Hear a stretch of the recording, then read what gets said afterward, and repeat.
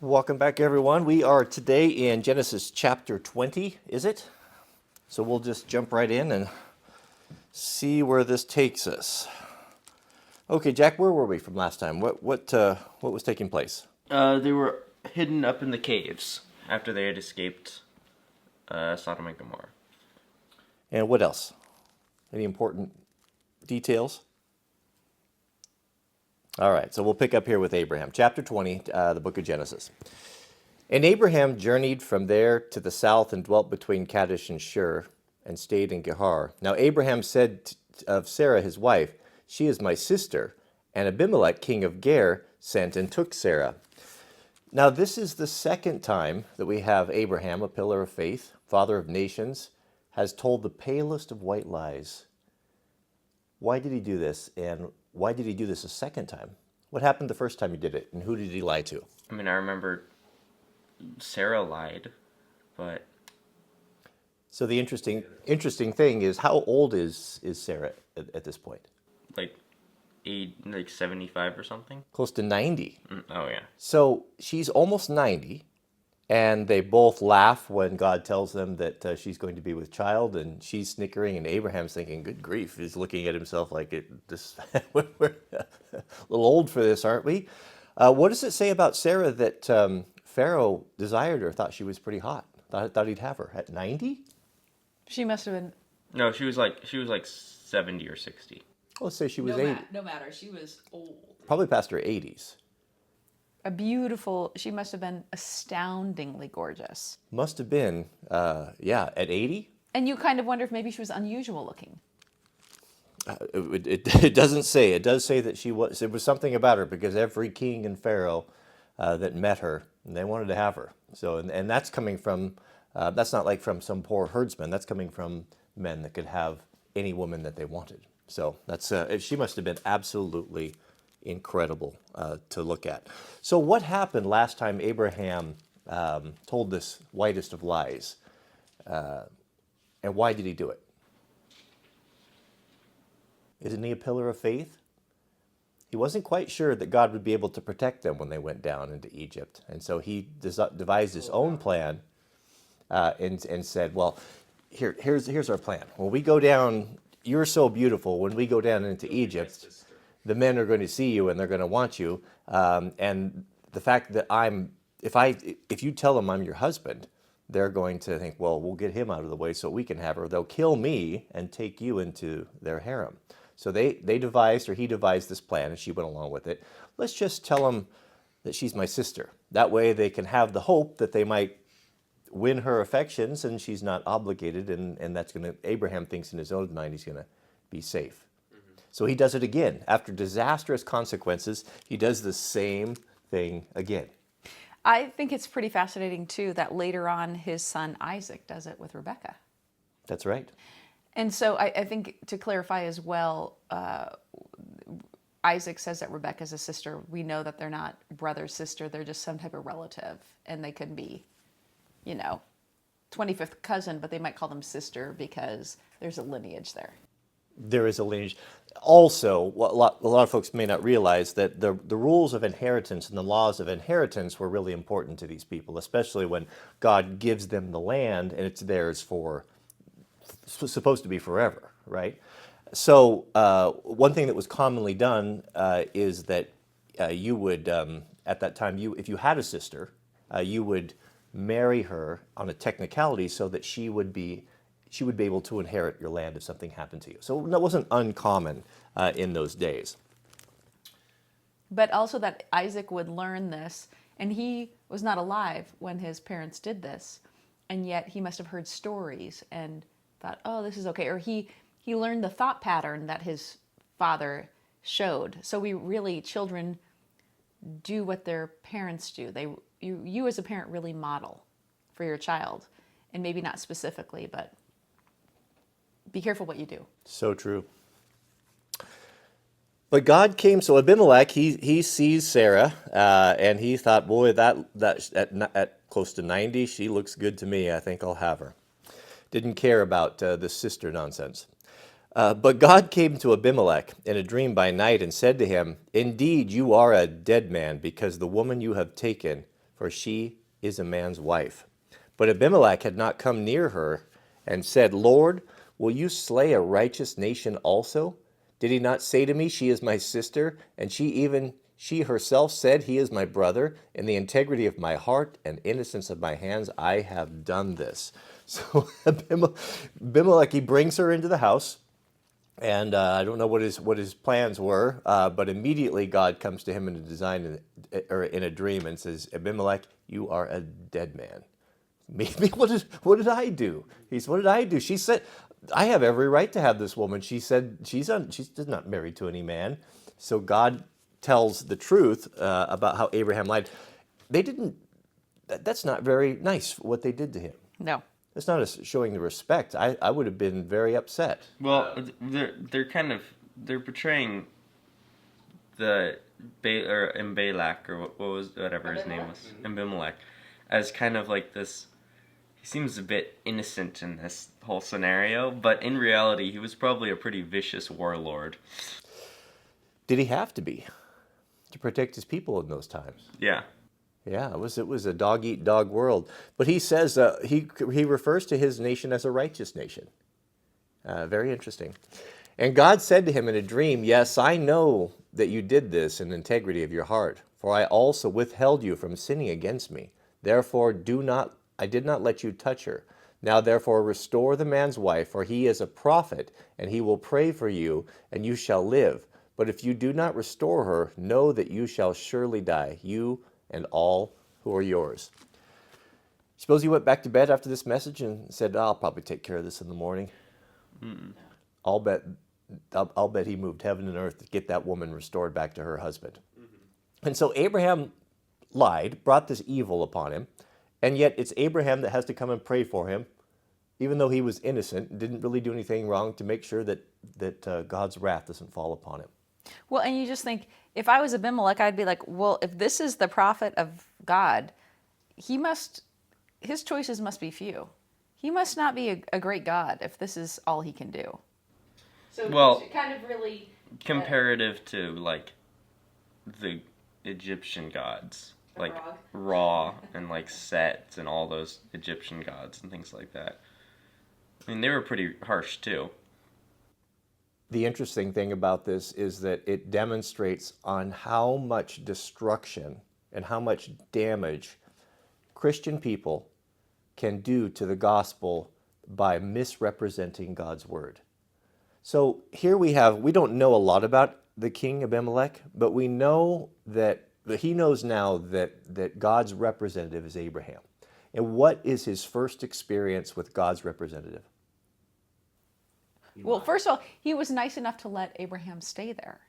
And then he lies to him. He puts him in danger. He puts his entire kingdom in danger.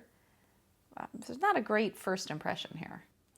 It's not a great first impression, and it's a great sin because it portrays God in a poor light. Here we have God's representative, and this could be a pastor. This could be someone doing a Bible study.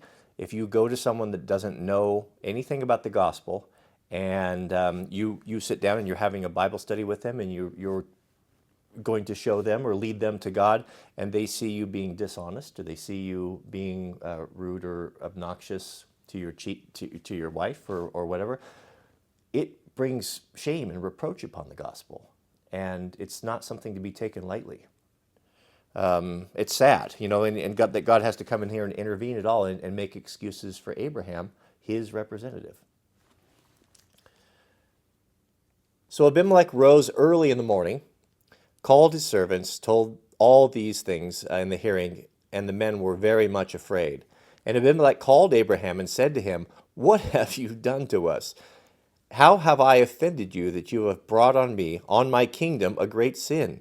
You have done deeds to me that ought not to be done." Then Abimelech said to Abraham, What did you have in view that you have done this thing to me? So he calls Abraham out on the carpet.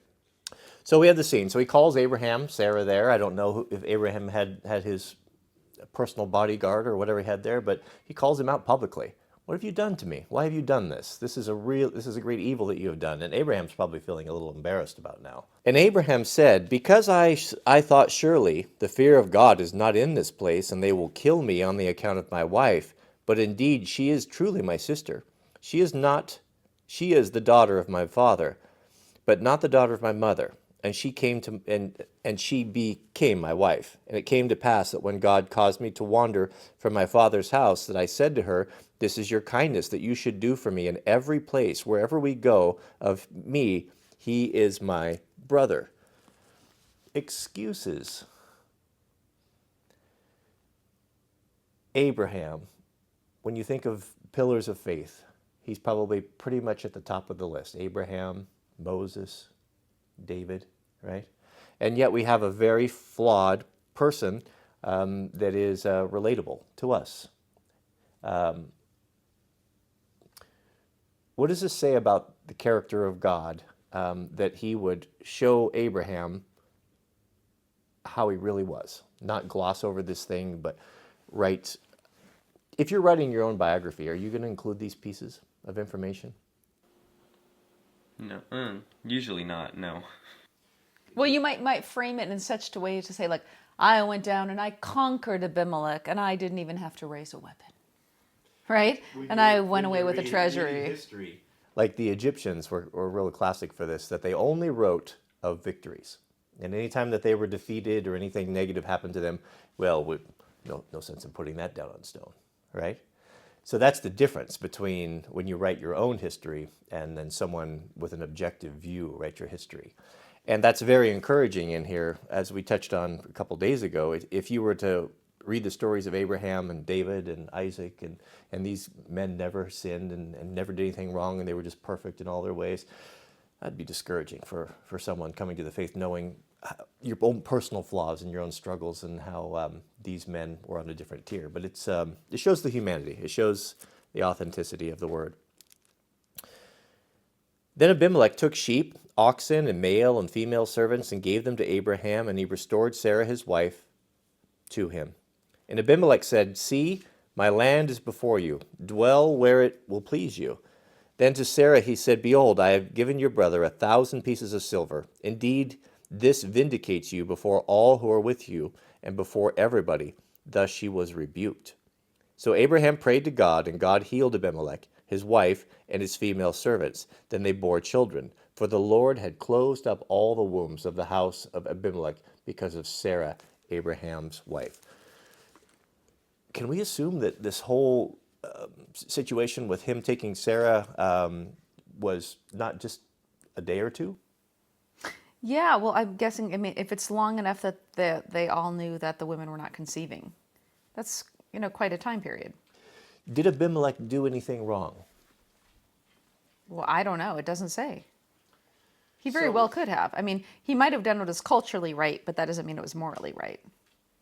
So what does it tell us about our God that he would punish the innocent for the sins of the guilty? We don't know what Abimelech was doing. All we know is what Abimelech said he was doing. He said that he was righteous, his land was righteous, and he was blameless. He didn't do anything wrong. Right. And yet here was his wife and his female slaves. So he's got slaves, not cool. He probably has a harem. He probably, if it takes this long, you think like to the story of Esther where they spent, I don't know, was it a year getting her prepared, covering her in oils and all this so she could be paraded in front of the king? Is that what they're doing to all of these women here? Is they're have to go through some preparation period before they're presented to the king? That I'm just presuming here if this is a similar culture.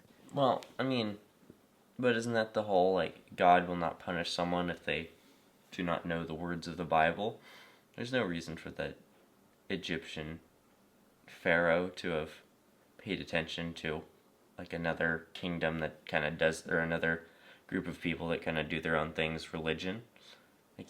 That's just kind of what the Egyptian people did. So would he be punished for that? But aren't there some things that are right and some things that are wrong? Is it wrong to them?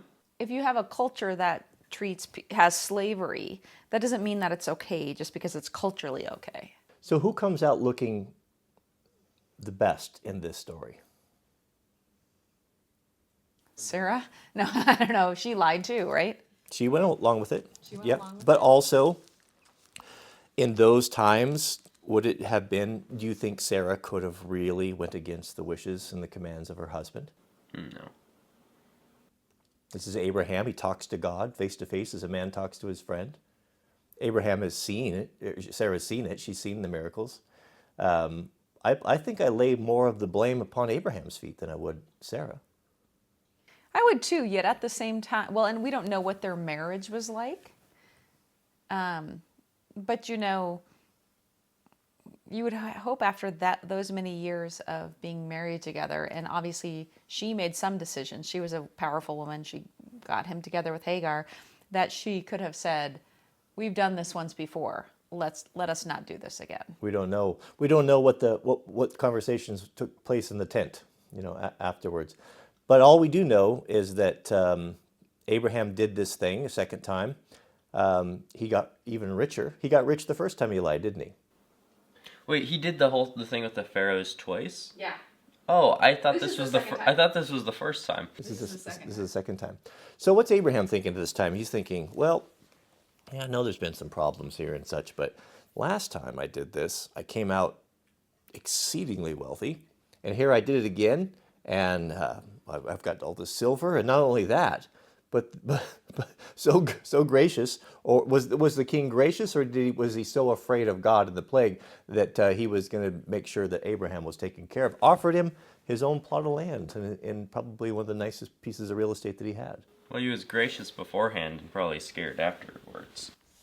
You kind of wonder if Abraham had just seen Sodom and Gomorrah being burned up, and this is where he went next. If he thought, oh, this is just a little sin, and God will forgive so many of those other sins, so maybe it's okay. It's so confusing to me because it sounds like Abraham has this whole nation that he's kind of like sort of a leader over. He's definitely like a spiritual leader for them. But then he just like goes off to Egypt for no reason. And it's like I think there was a famine or something, maybe? I don't know. There's usually famines, and so... twice. Oh, there's always famines in the Middle East. Yeah, but like what happened to the rest of his people? I think they went with him. I mean, they're moving around in his tent. They're all together. One thing that we don't know, and we can kind of surmise, read between the lines, is we don't know, and I think you touched on this, if what Abimelech did was above board when they came into land. Maybe we have Abraham and his horde, a family coming in, sojourners into this land. Did he send armies in there, and did word come back on Sarah's beauty and captured her, yanked her out of her tent and put her in his? And do we have that thing? Is that why the whole thing started? Because Abraham is kind of making some excuses and painting himself in the best light. Well, you see here, I've done this thing here. And so is Abimelech, right? It's like, well, I didn't really know. And, no one told me. It's a lot of a finger pointing between back and forth. But all we know is that she was restored, and Abimelech is either scared to death or maybe he was a righteous man. But I would say that he was probably trying to avoid anything else, another plague falling upon him. I would say he's more righteous because it sounded like he didn't execute Abraham. There was not really a reason to keep Abraham alive. Pharaoh did just the opposite. When he found out that Abraham had been deceitful to him, he gave him a bunch of goodies and said, "Be on your way. I don't want you around here anymore." Abimelech did the opposite. He gave him a plot of land and said, "You can stay here as long as you want." Well, I think the opposite of what Pharaoh would have done is killing Abraham. I think that Abimelech was still pretty kind to offer. They seemed overly kind to someone that had come in and lied to them and potentially gotten them in big trouble with a powerful deity or powerful God. Yeah, I agree. But I mean, he's kind maybe because God has shown so much power, and then we also cannot forget that Abraham has an army, right? If a couple of decades ago he had an army of 300, and he's continued to prosper and grow. Does he have an army now of 500, which means he has thousands of people with him? And you kill the leader, you got yourself a little war there. So, I mean, there's that consideration too. I would imagine, we got to look at, we think of the U.S. as being so big. This area is actually pretty small that we're dealing with, and there's no cars or trains, so everyone's on foot. And how long does it take to get a couple thousand people with livestock? I mean, how many miles a day can you cover, right? Like 10. I heard a full Roman legion could do, that was burdened with artillery and everything, could do about 10 miles a day. Well, And if they were being harried, harassed by enemy, on the flanks and things, they could do 3 or 4 or 5. So not a great deal. So the point is that word was getting out that Abraham, this new guy on the block, he's come into this area. And you remember, these people didn't move around. They had been in this place for thousands of years. And here we have a new player on the scene that shows up with all these people, a 400-man army.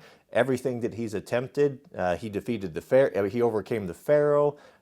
He survived the Sodom and Gomorrah, got his family out of there. All of these things. He was probably becoming quite famous in those days, and I would imagine that Abimelech knew exactly who he was, what his history was, and was probably treading pretty lightly around him, knowing that he was a man of God and God was showing favor to him. And you also wonder, even though Sarah hadn't had any of her own children, these are her family members, and if she is this beautiful, you kind of wonder if they were just a beautiful race. Like if everyone was an attractive, healthy-looking group in general, because obviously if she is this beautiful, she probably had perfectly good nutrition, which means everybody else has good nutrition. I mean, some of these things you can extrapolate. How good of nutrition did anyone have back in the days, though? Well, they didn't have GMO, did they? Or refined or processed food? They also didn't have the ability to transport food. Or preserve it for very long. as much food. And that's why they had the livestock that went with them. I mean, when your refrigeration system was the cow walking around on itself, and when you needed meat, then you butchered it. Here's an interesting point that comes up. This thing with beauty comes up. What comes to mind is, we know the story of Lot, right? Lot's through his tempting lost his entire family, his sons, all of his daughters, to all these accidents. When God restored him, there's a little text in there that's so interesting that when God gave him new children. Are you talking about Job? Job, excuse me. Okay. New children, that there were none, they were the most beautiful people in the land. So does that mean that if you're given a beautiful child that you are more in favor with God? And if you're given a child that's not, that you're less favor? No. Then, because there seemed to be emphasis. Well, Sarah was beautiful. This theme keeps coming up. What does that say about God? I feel like Job's whole thing, like I don't know the story super well, but I know that he had he had stuff like incrementally like taken away from him, like he was a wealthy man, but he was like he believed in God, right? He was very faithful to God, and then God like kept taking stuff away as like a test of faith. It doesn't seem very fair to the rest of his family that he was doing this, like his children. Like his children got taken. I'm just going off of what I just heard because I don't remember the full story. It's been a while since I heard it, but it seems kind of unfair for the children to get taken away, and then he gets new children that are prettier. We're going to see. That's where the context is key. And one of the important components, the most important component is you're missing, is the conversation between Lucifer, or the adversary, and God about this. It wasn't God that took away or brought these plagues and this destruction upon Lot. It was Satan. Job. However, what was the sign on Harry Truman's desk when he was president? The buck stops here? The buck stops here. What does that mean? You can blame me. Ultimately, I'm responsible. Even if my cabinet minister or my secretary of defense does something really terrible, I'm ultimately the one that's going to answer for that because I'm ultimately the boss, right? So Jack makes a good point. People might argue, well, God didn't do that. The devil did that and brought all this pain upon Lot. But again, Job. Where does the buck stop? I'm sorry, Job. The buck ultimately stops with God, right? He's the one that has the ability to yay or nay. 2 minutes? Okay, well, we'll wrap it up. All right, well, again, there's a lot of things in here. These are hard things, hard stories to understand, but we will continue to read on, because by reading on, we're going to, a lot of these difficult questions are going to be answered. All right, anything else? Any comments? Nope. All right, well, we'll see you guys on the next video.